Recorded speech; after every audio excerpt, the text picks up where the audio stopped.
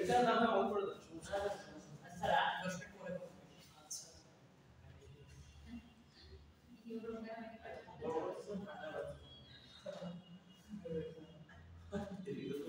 ये जो है कि সব आंसर পাইছেন স্যার মোটামুটি কিছু পাইলাম স্যার দেখা যাচ্ছে দেখো আচ্ছা তো আজকে আচ্ছা বিজনেস রিলেটেড যেটা বলছেন স্যার মানে আমি মেবি বিজনেসের মানে স্কোপস এর অপরচুনিটির অভাব নাই প্রচুর হ্যাঁ না স্যার আমি এটাই স্যার আমার ফ্যামিলি স্যার যাই আছে সবাই স্যার বিজনেস করে ইয়ে আমি মানে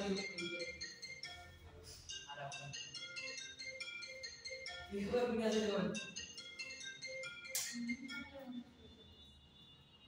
আচ্ছা তাহলে প্রোডাকশন প্ল্যানিং এন্ড কন্ট্রোলের প্রথম ক্লাসে সবাইকে অফিশিয়ালি স্বাগতম কোর্স আউটলাইন একটু হালকা করে ডিসকাস করে ফেলি যেহেতু মিড টার্ম আপনাদের কিন্তু 24 মে পর্যন্ত মিড টার্মের ক্লাস এরপরে হচ্ছে মিড টার্মের এক্সাম শুরু হয়ে যাবে ঈদের আগে এবং ঈদের পরে মিলে তো প্রথমে কি থাকবে ইন্ট্রোডাকশন ঈদের পরে পরীক্ষা দেব হ্যাঁ ঈদের আগে সর্বোচ্চ একটা বা দুইটা হবে আর ঈদের পরে বাকিগুলো হবে ওটা ভালো হবে আপনাদের সময় পাবেন আর তারপর ফাইনালটা একটু বেশি সময় ধরে হবে আচ্ছা তো প্রোডাকশন প্ল্যানিং এন্ড কন্ট্রোলের ইন্ট্রোডাকশনটা আমাদের ফার্স্ট চ্যাপ্টার হিসেবে হবে এখানে প্রোডাকশন প্ল্যানিংটা কি আর মানে প্রোডাকশনের কোন কোন জায়গায় কন্ট্রোল করা লাগতেছে এখানে তিনটা স্টেপ মানে ফেজ থাকে একটা হচ্ছে প্রি প্ল্যানিং একটা হচ্ছে প্ল্যানিং আর একটা হচ্ছে পোস্ট প্ল্যানিং এগুলো আমরা এই ডিটেইল এখানে আলোচনা করব আর দেখেন আমি যে বলছিলাম অ্যাপারেল ম্যানুফ্যাকচারিং বা রেডিমেড গার্মেন্টস এর যে সেক্টরটা এখানে কিন্তু বিজনেসের সাথে অনেক কিছু অ্যালাইন হয় তো তাহলে হাতে কলমে দেখেন এখানে কি কি ডিসকাস করতে হবে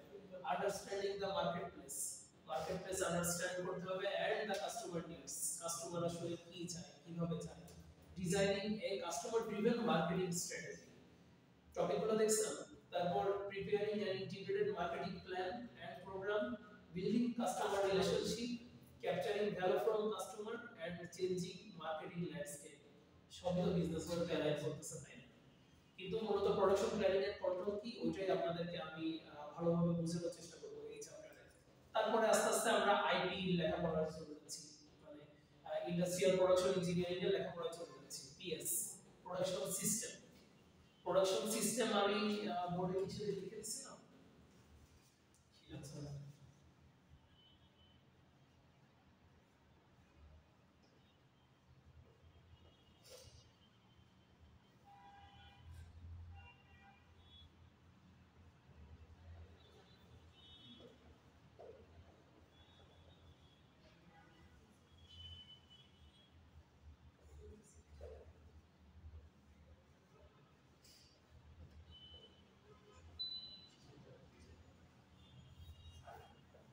সমস্যা নাই এটা লেখা মানে 24 করে লেখা আচ্ছা তো এই যে প্রোডাকশন সিস্টেম এগুলো কি বলে production planning and control PPC তে আপনারা মূলত এই চারটা প্রোডাকশন সিস্টেম সম্পর্কে স্টাডি করবেন সবাই একটু স্ক্রিনে মনোযোগ দেন আচ্ছা এই যে জব শপ বা ক্রাফট শপ এটা মূলত কি এটা হচ্ছে টেইলর সে কি হ্যাঁ তাকে সে একটা মানুষ তাকে আপনি গিয়ে আপনার বডি মেজারমেন্টটা দিচ্ছেন মানে সে আপনার বডি ডিজাইন মানে আপনার অ্যাপারেল তৈরি করে দিচ্ছে আপনার ফ্রেন্ডের অ্যাপারেল তৈরি করে দিচ্ছে ফ্রেশ হয়ে আসে আচ্ছা তো জব শপ বা ক্রাফট শপ এখানে কিন্তু প্রোডাকশন কি অনেক বেশি হয় একদিনে কি ও একা টেইলর কি 20টা 50টা সেলাই করে ফেলে তিন চারটা পাঁচ ছয়টা কোয়ান্টিটি সর্বোচ্চ 3টা বা 4টা মানে ও একা কয়টা প্রডিউস করতে পারে হ্যাঁ মানে একদিনে 3-4টা করাও ওটা অনেক স্পিড এবং অনেক ফাস্ট হতে হবে তাহলে সে পারবে মানে তাকে ওগুলো কেটে আরেকজন কেটে দিতে হবে ও শুধু বসে সেলাই করলো অন্যান্য জায়গায় তাকে সাপোর্ট দিতে হবে না হয় 3টা 4টা একা করা সম্ভব না তো এইটা হচ্ছে জব শপ বা ক্রাফট শপ এটাই খুব বেশি মানে কাস্টমাইজেশন করা যায় আপনার নিজের আইটেমটাই আপনার ইচ্ছা মতো যে বাম স্লিভে আপনি একটা এমব্রয়ডারি ডিজাইন দিলেন আপনার ইচ্ছা হলো আপনি হচ্ছে বাম চেস্টে একটা এমব্রয়ডারি ডিজাইন দিলেন বা আপনার ইচ্ছা হলো যে কি বলবো ফ্যাব্রিকের ভিতরে ওই যে যেমন 50 নিজে হচ্ছে যে ফ্যাশন ডিজাইন কোর্সে দুটো অ্যাপারেল শোকেস করছিল তো ওগুলো কি হাইলি কাস্টমাইজ না জবাই আসছে যদিও ও তো বন্ধুটাও মানে ও তো নিজে কনসেপ্টটাও নিজে, আপনারা তো পড়ছেন। আচ্ছা, এবার ব্যাচ প্রোডাকশন সিস্টেম। বেকারিতে বেকারিতে যখন কুকিজ বা হচ্ছে পাউরুটি বা কেক এগুলো যখন তারা তৈরি করে, ওটাকে দেখছেন ওটা সবসময় ব্যাচ ব্যাচ আকারে প্রডিউস করে না? তাহলে ব্যাচ কি? ব্যাচ হচ্ছে একসাথে আমি একটা নির্দিষ্ট টেম্পারেচার, একটা নির্দিষ্ট কিছু ক্রাইটেরিয়া ফ্যাক্টর প্যারামিটারস মেইনটেইন করে একসাথে আমি কতগুলো নির্দিষ্ট সংখ্যক জিনিস প্রডিউস করলাম। এটা specially garments, textile and garments সেক্টরে কোন জায়গায় থাকে? এটা হচ্ছে ডাইলে থাকে। ডাইলে একসাথে 500 মানে half ton, 500 kg, 700 kg, 800 kg, 1000 kg, 1200 kg, 1500 kg, মানে 1.5 টন, 1.6 টন মানে কি 1600 কেজি, এগুলো হচ্ছে ওই আমার মেশিনের ক্যাপাসিটি অনুযায়ী একসাথে ডাই করা হয়। এগুলো হচ্ছে ব্যাচ ডাই। ঠিক আছে, এটা হচ্ছে ব্যাচ প্রোডাকশন সিস্টেম। আর মাস প্রোডাকশন সিস্টেমটা কি? মাস প্রোডাকশন সিস্টেমটা হচ্ছে মূলত রেডিমেড গার্মেন্টসে যেটা হচ্ছে যে আপনি একসাথে আপনার পুরো ফ্লোরটাকে আপনি হচ্ছে ওইভাবে সেট করতেছেন, যেটাকে বলা হচ্ছে কি করা, লাইন লেআউট করা, লাইন লেআউট বা মেশিন লেআউট করা। এই রুমটাতে আমি ধরেন 40 জনকে বসায় ক্লাস নিব বা 40 জনকে বসায় এক্সাম দিব, এইভাবে কলামগুলো সাজানো হয়েছে না যে তিনটা কলামে 10টা করেছে আর একটা কলামে দিয়ে দিয়েছি 42টা চেয়ার, তাও 12টা চেয়ার, তাহলে টোটাল আমি 42 জনের এক্সাম দিতে পারবো এইভাবে। তো ওইভাবে আমি একটা লেআউট তৈরি করব, লেআউটটা তৈরি করে সেই লেআউট অনুযায়ী মেশিন সাজাবো, সাজানোর পর আমি ফিডিং দিব, লাইন ফিড করব, ফিড করা মানে ইনপুট দিয়ে দিলাম, তারপরে এখানে প্রসেস বাই প্রসেস আমি হচ্ছে অপারেশন ব্রেকডাউন করে সেই অনুযায়ী সাজাইলাম, সাজানোর পরে ওখানে আমার কন্টিনিউয়াস একটা প্রোডাকশন হতে থাকে যে আমার টার্গেট কোয়ান্টিটি 1 লাখ পিস বা 50,000 পিস বা 20,000 পিস বা 10,000 পিস বা 5,000 পিস, ওইটা আমি একটা নির্দিষ্ট সময় প্রোডাকশন চলতে থাকবে, তারপর প্রোডাকশন শেষ হয়ে গেল, তারপর আমি আবার নতুন যে আমার একটা স্টাইল, সেই স্টাইল অনুযায়ী নতুন লাইন লেআউট হবে, মেশিন লেআউট হবে, সেটা আমি করে হচ্ছে আলাদা করে আবার নতুন একটা প্রোডাকশন শুরু হয়ে গেল। তাহলে এটা কি? এটা মাস প্রোডাকশন সিস্টেম। আর কন্টিনিউয়াস প্রোডাকশন সিস্টেম এটা হচ্ছে একদম perfect production system. Perfect production সিস্টেমটা কেমন হবে? যেখানে কন্টিনিউয়াসলি আমি ইনপুট দিতে থাকবো এবং কন্টিনিউয়াসলি আমি আউটপুট পাইতে থাকবো, যেটা আসলে বন্ধই হবে না, ভার্চুয়ালি যেটা 24/7 30 365 মানে দিনে 24 ঘন্টা, সপ্তাহে 7 দিন, মাসে 30 দিন এবং বছরে 365 দিন চলতে থাকবে, যেটা জাস্ট ওই মানে ডাউন টাইম, মেশিনের ডাউন টাইম বা শাটডাউন বা মেইনটেনেন্স ছাড়া আমি ওটা অফ করব না। বুঝতে পারছেন? এটা হচ্ছে কন্টিনিউয়াস প্রোডাকশন সিস্টেম। এটা আসলে একটা কনসেপ্ট, এটা একটা ধারণা, এটা একটা প্ল্যান, এটা কমপ্লিট এক্সিকিউশন এখন গার্মেন্টস ইন্ডাস্ট্রিতে এখন আমরা করতে পারি না। এই যে গার্মেন্টস ইন্ডাস্ট্রিতে যে এই প্রোডাকশনটা হচ্ছে এটাকে কি আমরা কন্টিনিউয়াস বলতে পারবো? এটা মাস প্রোডাকশন সিস্টেম। তো আশা করি বেসিক কনসেপ্টটা মোটামুটি ক্লিয়ার হয়েছে, তাই না? আমরা এই সেমিস্টারে মোটামুটি introduction to production planning and control এবং প্রোডাকশন সিস্টেম এই দুটো ইনশাআল্লাহ আমরা ডিসকাস করব। তারপর এমপ্লয়ি শিডিউলিং, যেটা এমপ্লয়ি শিডিউলিং এর ভিতরে এখানে আসলে খুব বেশি কিছু নাই, definition, process, application of employee scheduling এটাও হয়তো ইনক্লুড করে দিতে পারি। আর তারপরে আপনারা ফাইনালের জন্য আপনাদের থাকবে ফ্যাসিলিটি লোকেশন, ফ্যাসিলিটি লেআউট। এগুলো হচ্ছে খুব ছোট ছোট জিনিস, কিন্তু এগুলো আলোচনা করতে গেলে ভিতরে অনেক কিছু চলে আসবে আলোচনার ভেতরে। যে ফ্যাসিলিটি বলতে কি বোঝায়? এখানে প্রোডাকশন প্ল্যানিং এন্ড কন্ট্রোল, এখানে ফ্যাসিলিটি ওয়ার্ডটা বলতে আমরা কি বোঝাচ্ছি? ফ্যাসিলিটি বলতে আমরা এখানে একটা প্রতিষ্ঠানকে বোঝাচ্ছি, একটা এস্টাবলিশমেন্টকে বোঝাচ্ছি। মানে ফ্যাসিলিটি ওয়ার্ডটা দিয়ে আমরা এটাই বোঝাচ্ছি যে ওই ফ্যাসিলিটিটা বা যে ইউনিভার্সিটি অফ স্কলারস এর সেকেন্ড ক্যাম্পাস, ওই ফ্যাসিলিটিটার লোকেশন কোথায়? এটা হচ্ছে 95 number house, 4 number road, Banani, তাই না? তো এটা হচ্ছে ফ্যাসিলিটি লোকেশনের জন্য আমাকে কি কি জিনিস কনসিডার করতে হয়, নেচার অফ লোকেশন ডিসিশন, যে কিসের উপর ভিত্তি করে আমি ডিসিশন নিব। যেমন আপনারা চিন্তা করেন যে রেডিমেড গার্মেন্টস, একটা রেডিমেড গার্মেন্ট ইন্ডাস্ট্রি দিবেন, তো দেওয়ার জন্য সেখানে যে আপনি গার্মেন্টটা প্রোডিউস করবেন, সেই প্রোডিউসটা শিপমেন্ট করার কয়টা অপশন আছে আপনার কাছে? ধরুন গার্মেন্টগুলো হাঙ্গেরিতে শিপ করবেন, মানে হাঙ্গেরিতে ডেলিভার করবেন, ডেলিভার করার কয়টা অপশন আছে? আমি তো হ্যাঁ দুইটা, আমি তো নিছি আপনাদের ক্লাস শিপমেন্টের দুটো অপশন কি? একটা হচ্ছে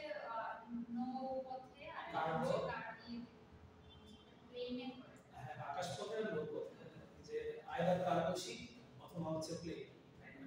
তো তাহলে আমি যদি সস্তা অপশনটা চিন্তা করি, শীত হ্যাঁ কার্বন শীট, তাহলে এটার জন্য আমাকে কোন দিক থেকে জিনিসগুলো বের করতে হবে, ক্লিয়ার করতে হবে?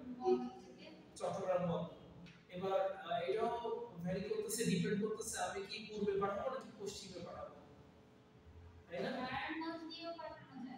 নারায়ণগঞ্জ থেকে কি সরাসরি কাঠগড়া যায়? আর আপনারা মনে আছে ইনকোটার্মস পড়াইছি না আপনাদের নাকি? ওইটা আপনাদের সিনিয়ররা ওই মার্চেন্ডাইজিং করছে। ইনকোটার্মস এর ভিতর আপনারা শুনে থাকতে পারেন এফওবি, এফওএ, এইগুলো শুনছেন? এফওবি কিন্তু ওই যে ইয়েতে আসছিল অলিম্পিয়াডে, ফ্রেট অন বোর্ড, হ্যাঁ ফ্রেট মানে হয়, আর ফ্রেট মানে হচ্ছে গুডস মালামাল। ফ্রেট অন বোর্ড মানে কি?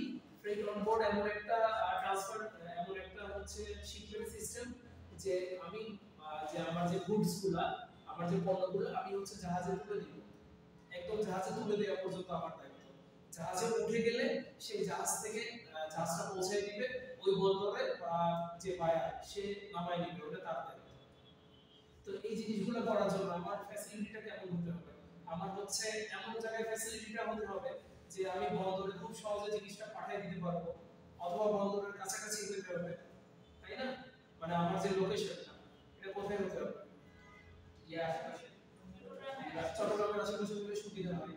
আর চট্টগ্রামের আশেপাশে যদি আমি সরাসরি একটা জায়গা যদি নিতে না পারি, চট্টগ্রামের আশেপাশে আমি জায়গা নিলেই হবে? আমাকে তো চিন্তা করতে হবে যে আমার যে মেশিনারিজ গুলা আনবো বা আমার যে স্কিলড লেবার আনবো, আমি skilled labour, skilled man power চট্টগ্রামে ওখানে अवेलेबल পাবো কিনা, এগুলো অনেক কিছু কনসিডারেশনের ব্যাপার আছে। তারপরে হচ্ছে ধরেন আপনি চিটাগাং নিতে পারলেন না, আপনার এখানে অলরেডি একটা মানুষের সাথে চুক্তি হয়ে গেছে যে জোবার যাওয়ার মতো সে ব্যবসা করতে আগ্রহী। এবার জোবারের ব্যবসার ব্রেন আছে, আর আলামিন হচ্ছে ব্যবসা বেশি বুঝে না কিন্তু ওর জমি আছে। এবার আলামিনের জমিটা ধরে নিয়েছি হচ্ছে ইয়েতে বাংলাদেশের ভারতে। তো তাহলে এখন জোবাইরকে তো ওইটা নিয়ে চিন্তা করতে হবে যে আমি তো একটা জমি কমের ভেতর পেয়ে যাচ্ছি, পার্টনারের মানে পার্টনারশিপে বিজনেস করব, তো তাহলে আমি এখানে এস্টাবলিশমেন্টটা করি। তো তাহলে আমার ফ্যাসিলিটি যে প্রবলেমটা হচ্ছে যে আমি সরাসরি শিপমেন্ট করার জন্য বন্দরে যে নিয়ে যেতে হবে, এইটা আমি কিভাবে মিটিগেট করব, এই প্রবলেমটা কিভাবে সলভ করব? তাহলে এটার জন্য তখন আপনাকে চিন্তা করতে হবে ওই যে ডিপো, বিভিন্ন ডিপো আছে, কাভার্ডমেন্ট তো লজিস্টিক্যাল, ওইটা তো সার্ভিস, ওটা আপনি এক জায়গা থেকে এক জায়গায় মুভ করবেন, কিন্তু মুভ করে আপনার ধরেন শিডিউল হচ্ছে বুধবার, সচরাচর মঙ্গল বুধ বৃহস্পতি এই তিন দিন হচ্ছে পোর্টে অ্যাক্টিভ থাকে বেশি, মঙ্গল বুধ বৃহস্পতি। তো এই তিন দিনের ভেতর আপনার ধরেন বুধবার শিডিউল করছে, রিস্ক তো নেওয়া যাবে না, আপনাকে মেক শিওর করতে হবে আচ্ছা রিস্ক নিলেন না, আপনি আগে আগে জিনিসপত্র পাঠিয়ে দিলেন, মঙ্গলবারটা চলে গেছে, এখন মঙ্গলবারটা কি এত বড় একটা হচ্ছে হ্যাঁ মানে ওই কি বলে ওগুলো কি বলে তো কন্টেইনার তো লরি যে 60 into 4, হ্যাঁ যে ওই লরি একটা আপনি এত বড় জিনিসপত্র সব রেডি করে পাঠিয়ে দিয়েছেন, মঙ্গলবার পৌঁছে গেছে, ওটা তো তখন আপনি ইয়ের সামনে কি আপনি তো ইয়ে বলেন কি বলে ব্যবসার সামনে তো আর ওটা পার করে রাখতে পারবেন না। তো ওটার জন্য তখন কি করতে হবে আপনাকে? ওই যে মনে আছে কয়েকদিন আগে শিক্ষা তুললে যে ভয়াবহ একটা অগ্নিকাণ্ড হলো ডিপোতে, ওইরকম ডিপোতে হচ্ছে জিনিসপত্র মানে ওরা ওরকম ভাড়া নেয় যে এখানে আমার আমি হচ্ছে 24 ঘন্টার জন্য বা 36 ঘন্টার জন্য আপনার এই জায়গাটা আমি ভাড়া নিব, নিয়ে তারপর ও যেটা ওখান থেকে শিপ করে আনছে মানে শিপমেন্ট করে আনছে ওইটা ওখানে স্টোর করে পাক করে রাখবে, মঙ্গলবার রাতে পাক করে রাখলো, বুধবার হচ্ছে সকাল 10টায় টাইম দিছে, তাহলে ও লরিটা আস্তে আস্তে নিয়ে যাবে, ওটা তো কত 40 কিলোমিটার ধরে, তো ওটা তো 3-4 ঘন্টার ভিতর চলে যেতে পারবে আস্তে আস্তে। এগুলা চিন্তা করতে হয়, আর এইগুলা হচ্ছে ধরেন ফ্যাসিলিটি লোকেশনের ভিতর এই আলোচনাগুলো হয়তো আপনারা পাবেন, আমি প্র্যাকটিক্যাল এক্সাম্পল দিয়ে বললাম। তারপর হচ্ছে ফ্যাসিলিটি লেআউট। ফ্যাসিলিটি লেআউট হচ্ছে এখানে যে 6 জন আছেন ইন্ডাস্ট্রি ভিজিট করছেন কে কে আপনাদের ভিতরে? আচ্ছা সবাই কি বেটেক্স ভিজিট করছেন তাই তো? বেটেক্স ছাড়া আর কিছু ভিজিট করছেন?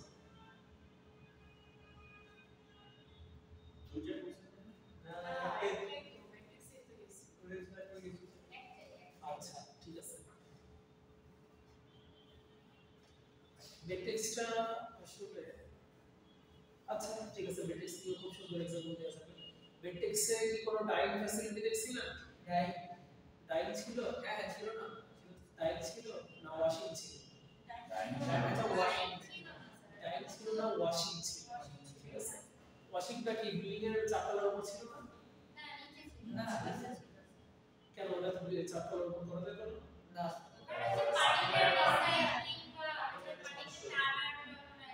এরকম কোনো ডাইনিং ইন্ডাস্ট্রি কি দেখছেন যে গ্রাউন্ড ফ্লোরে মানে মানে ওইরকম শেড হিসেবে, শেড ছাড়া, শেড মানে বুঝেন, শেড মানে হচ্ছে যে টিন শেড, মানে টিন শেড দিয়ে যে এস্টাবলিশমেন্ট কতগুলো পাবে, হ্যাঁ ওইরকম ছাড়া বিল্ডিং এর তিনতলা চারতলা পাঁচতলার উপর কোনো ডাইনিং ফ্যাসিলিটি বা উইভিং ফ্যাসিলিটি বা নিটিং ফ্যাসিলিটি দেখছেন? নিটিং ইন্ডাস্ট্রি দেখিনি বা সহজে তো যদিও নিটিং ইন্ডাস্ট্রি করে দুইতলা তিনতলাতে নিটিং ইন্ডাস্ট্রি করা যায় চাইলে, কিন্তু ডাইনিং ইন্ডাস্ট্রি দেখবেন সব হচ্ছে ওগুলোকে শেড বলে।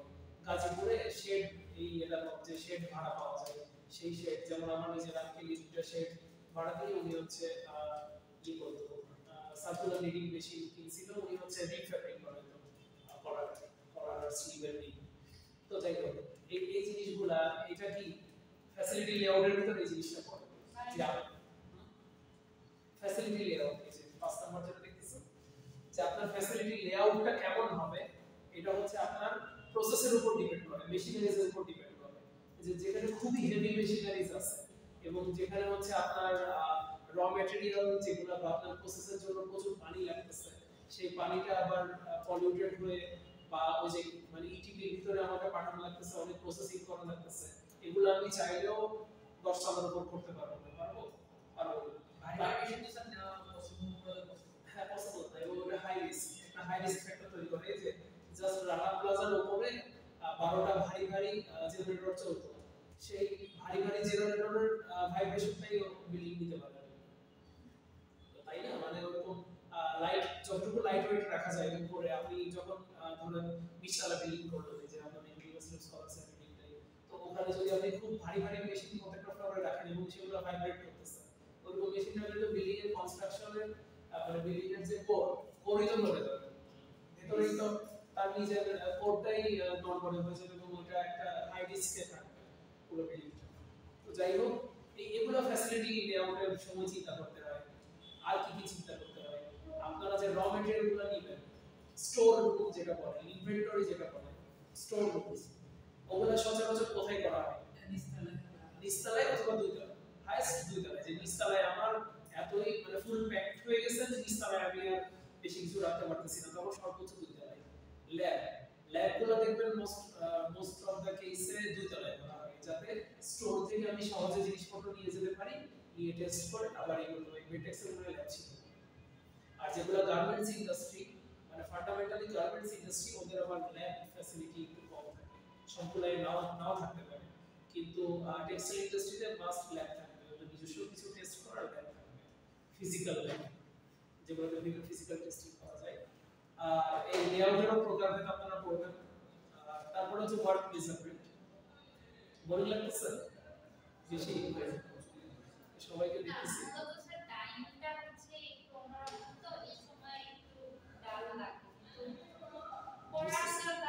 আর আমার লেকচারগুলো মনে হয়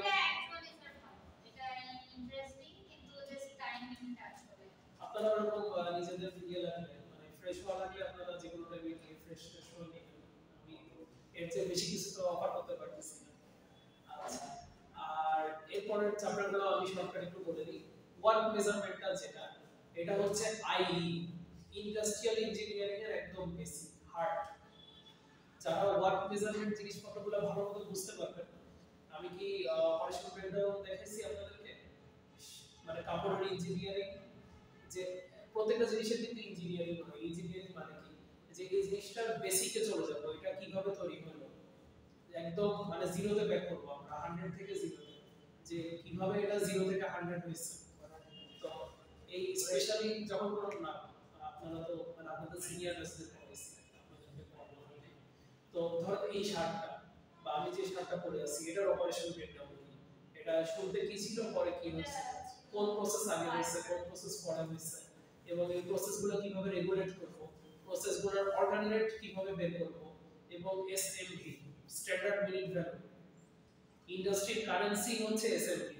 ইন্ডাস্ট্রিতে আপনাদের যেমন হিসাব হচ্ছে ওই যে আজকে আনিকা যেমন ব্যাখ্যা করতেছিলেন যে আমার এই সাবজেক্টে এই রেজাল্ট, ওই সাবজেক্টে এই রেজাল্ট, টোটাল স্কোর, মানে আপনারা স্টুডেন্টরা কি বুঝেন 4 এ কথা হচ্ছে, আপনাদের মাথায় শুধু এই চিন্তাটা ঘুরে।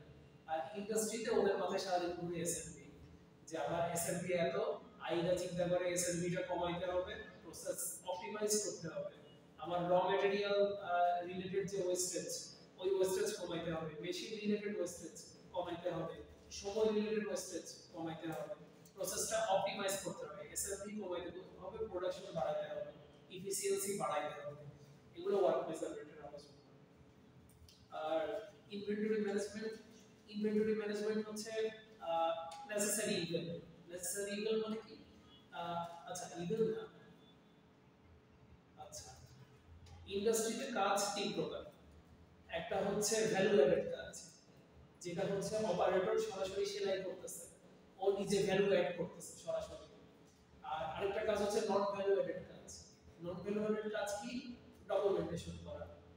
ডকুমেন্টেশন বলতে কি, যে হ্যাঁ একজন চাকরিতে জয়েন করছে, তার ডকুমেন্ট, সে হচ্ছে মানে কিছু লিখিত টেস্টে পাস টাস করে তাকে আমি চাকরিতে নিলাম, ওই ডকুমেন্টটা, সে ছুটির আবেদন করছে ওই ডকুমেন্টটা, সে চাকরি থেকে কুইট করবে অ্যাপ্লিকেশন দিচ্ছে ওই ডকুমেন্টটা, এই ডকুমেন্টগুলো হচ্ছে নন ভ্যালুয়েটেড কাজ। ডকুমেন্টটাকে আমি সেল করতে পারতেছি না। আর কিছু হচ্ছে নেসেসারি নন ভ্যালুয়েটেড কাজ, যে কাজটা সরাসরি ভ্যালু অ্যাড করতেছে না কিন্তু ওটা নেসেসারি। এই ইনভেন্টরি ম্যানেজমেন্ট এরকম একটা জিনিস, নেসেসারি নন ভ্যালুয়েটেড কাজ। আমি আমার পড়ার রুমটা সাজায় রাখতেছি, বা আমি আমার ইনভেন্টরি ম্যানেজ করতেছি, সাজায় রাখতেছি, এটা থেকে আমি বাইরে সরাসরি এটা বেচতে পারতেছি, এই কনসেপ্ট, এখান থেকে আমি টাকা ইনকাম করতে পারতেছি না, কিন্তু এটা আমার প্রোডাকশনের জন্য দরকার। আমি যদি সিরিয়ালে সাজায় না রাখি যে আমার আগামীকালকে এই লাইনে একটা আইটেম শুরু হবে, সেটা প্ল্যান ওয়াইজ আমি আইটেম রেডি রাখলাম, র ম্যাটেরিয়ালটা, তখন ওরা খুঁজতে আসলো, আমাকে তখন খুঁজে খুঁজে মানে আমি ঠিক মতো দিতে পারলাম না, এখানে ও প্রোডাকশন ঠিক টাইমে শুরু করতে পারবে না, আমার উপরও তখন ইয়ে আসবে, লায়াবিলিটি আসবে, যেটা আমার ব্যর্থতার জন্য হয় না। তো ইনভেন্টরি ম্যানেজমেন্ট এই জন্য দরকার। আর ফোরকাস্টিং, ফোরকাস্টিং প্রত্যেকটা প্রোডাকশনের এবং আই যারা এমপ্লয়ি তাদের সকালে গিয়ে প্রথম কাজে করতে হয় ফোরকাস্টিং। আপনি আজকে যখন নেটওয়ার্ক আমি জায়গায় গেছিলাম, আজকে অ্যাটেন্ডেন্স দিব না। আচ্ছা এই ফোরকাস্টিং যে জিনিসটা, এটা কিন্তু ইন্ডাস্ট্রির একটা ওয়েল এস্টাবলিশড প্র্যাকটিস। আর প্রত্যেকটা ইন্ডাস্ট্রিতেই প্রতিদিন দিন শুরু হয় ফোরকাস্টিং এর মাধ্যমে। ফোরকাস্টিং বলতে কি, গার্মেন্টস ইন্ডাস্ট্রিতে সুইং অপারেটর যারা, তাদেরকে লাইন ওয়াইজ আই যারা ইন্ডাস্ট্রি মানে আই এক্সিকিউটিভ যারা, ইন্ডাস্ট্রি ইঞ্জিনিয়ারিং এক্সিকিউটিভ গিয়ে টার্গেট দিয়ে দিবে যে তুমি তোমার এই লাইনে, মানে সুপারভাইজারকে বলে দিবে তোমার এই লাইনে আজকে 4000 পিস প্রোটিন প্রোডাকশন হইতে হবে। এবার তারা যদি প্রোডাকশনটা করতে না পারে, তার মানে আজকে টার্গেটটা মিট করতে পারবে। এটার জন্য আইও লায়াবল হয়, প্রোডাকশনও লায়াবল হয়। ফাইন্ড আউট করা হচ্ছে কি জন্য 4000 আজকে কাজ করতে পারে নাই, তারপর ওখানে ওইটা অনুযায়ী তখন হচ্ছে কি করতে হয়, ক্যাপাসিটি চেক করতে হয় যে ওই লাইনের ক্যাপাসিটি আসলে ছিল কিনা 4000 পিস করার। এবার ক্যাপাসিটি চেক করার পর ক্যাপাসিটি স্টাডি করতে হয়। ক্যাপাসিটি চেক করে আমি দেখছি না আসলে 4000 ছিল, তখন ক্যাপাসিটি স্টাডি করতে হবে যে আসলে ক্যাপাসিটি কত ছিল। এবার ক্যাপাসিটি কত চেক করার পর কনফ্লিক্টিং একটা আমি রেজাল্ট পাইলাম যে ক্যাপাসিটি তো মনে হচ্ছে আছে, তখন আবার যে জায়গায় প্রোডাকশন বলবে যে আপনি আমাকে স্টাডি করে দিয়েছেন, ও পারবে, কিন্তু ও তো আসলে দিচ্ছে না আমাকে, তখন আবার করতে হয় প্রোডাকশন স্টাডি। প্রোডাকশন স্টাডিটা হচ্ছে একদম যে শুভকে নিয়ে স্টাডি করা হবে, বা আনিকাকে নিয়ে স্টাডি করা হবে, যে ওর আসলে প্রবলেমটা কোন জায়গায় হচ্ছে। 1 ঘন্টা ধরে একজনকে স্টাডি করা হয়, অবজার্ভ করা হয়, এবং প্রত্যেকটা জিনিস ডকুমেন্টেশন করা হয় যে ওর এনপিটি নন প্রোডাক্টিভ টাইম কতটুকু। হ্যাঁ, এগুলো করতে হবে একদম। মানে ডাক্তাররা কিভাবে আপনাদের প্রবলেম ফাইন্ড আউট করে, এটা মিরাকুলাস লাগে না যে সে বলে দিচ্ছে কিভাবে অ্যালার্জি প্রবলেম, বা সে বলে দিচ্ছে কিভাবে যে আপনার অবজার্ভ করে দেখেন। হ্যাঁ, হয়তো সিম্পটম আছে, কিছু সাইন সিম্পটম আছে, এটাই প্রাইমারি এইগুলাই আমাদের ইন্ডাস্ট্রিয়াল ইঞ্জিনিয়ারিং এর সরি প্রোডাকশন প্ল্যানিং এর কন্ট্রোলের মূল টপিক। থেকে আমরা কালকে ক্লাস আছে? হ্যাঁ, তাহলে কালকে আমরা সরাসরি চ্যাপ্টারে চলে যাব।